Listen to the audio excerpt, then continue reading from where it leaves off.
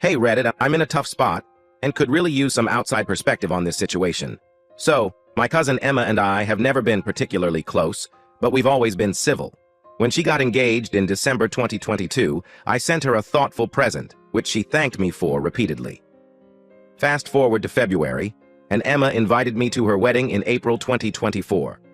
Living abroad and starting a new job, I made it clear that I needed advance notice to attend, and thankfully, I managed to make it. Emma asked me to be part of her wedding entry, and despite our not being very close, I agreed, hoping it would help us build a better relationship. However, just a week before the wedding, I found out she'd been talking negatively about me and my career as a project manager. It stung, but I didn't want to cause drama before her big day, so I kept quiet. During the wedding weekend, I helped Emma get dressed for her Hindu ceremony, and her mom told me to leave the jewelry as she would handle it later.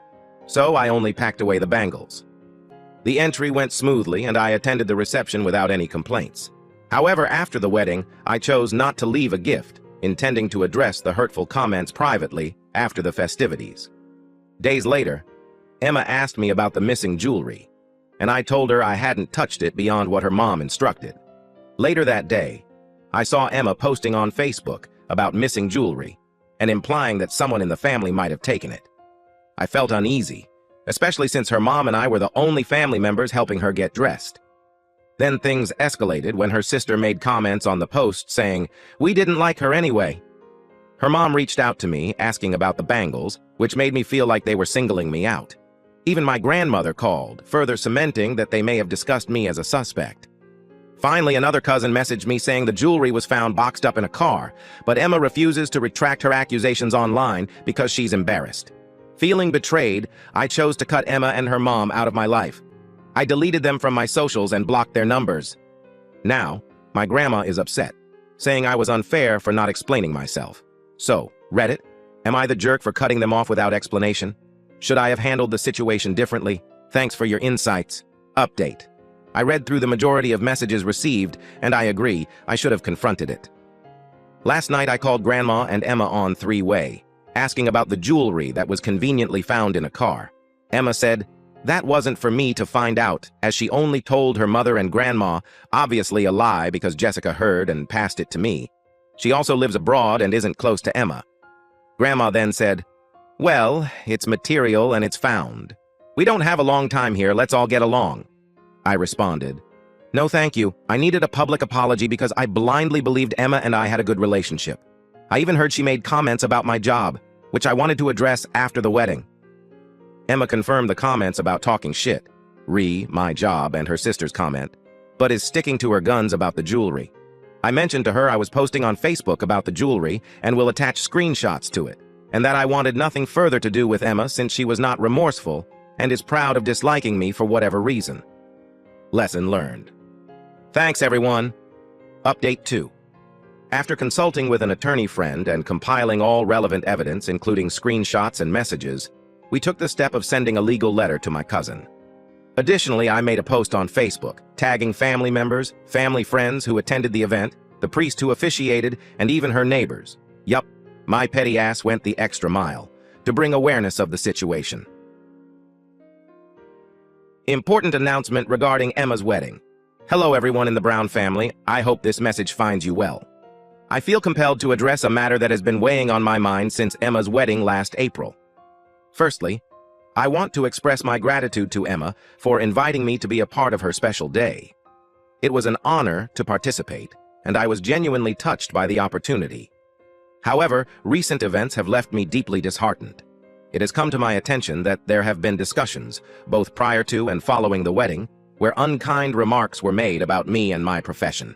While this was hurtful, I chose to handle the situation delicately and intended to discuss it with Emma after the wedding to gain clarity. Despite the hurtful comments, I remained committed to supporting Emma on her wedding day. I assisted her with changing outfits and took care of her belongings as requested. Regrettably, shortly after the wedding, I was unfairly implicated in the disappearance of some jewelry. Subsequent discussions with Emma revealed that there were private conversations insinuating my involvement, which left me feeling unfairly targeted. It was only through the disclosure from a third party that the truth about the jewelry's whereabouts emerged. I confronted Emma about these revelations, hoping for resolution and understanding. However, her response was dismissive, and she refused to acknowledge the hurtful nature of her actions. Instead, she chose to maintain hurtful social media posts, causing further distress. In light of these events, I have made the decision to distance myself from Emma and her immediate family. My conscience is clear, and I refuse to tolerate such unjust treatment. Furthermore, I want to assure you all that I am taking the necessary steps to clear my name. I am in contact with legal counsel to draft a letter and seek exoneration from these false accusations. I share this message not out of spite or animosity, but to set the record straight and reclaim my integrity. P.S. The missing jewelry was found by her mother in the car.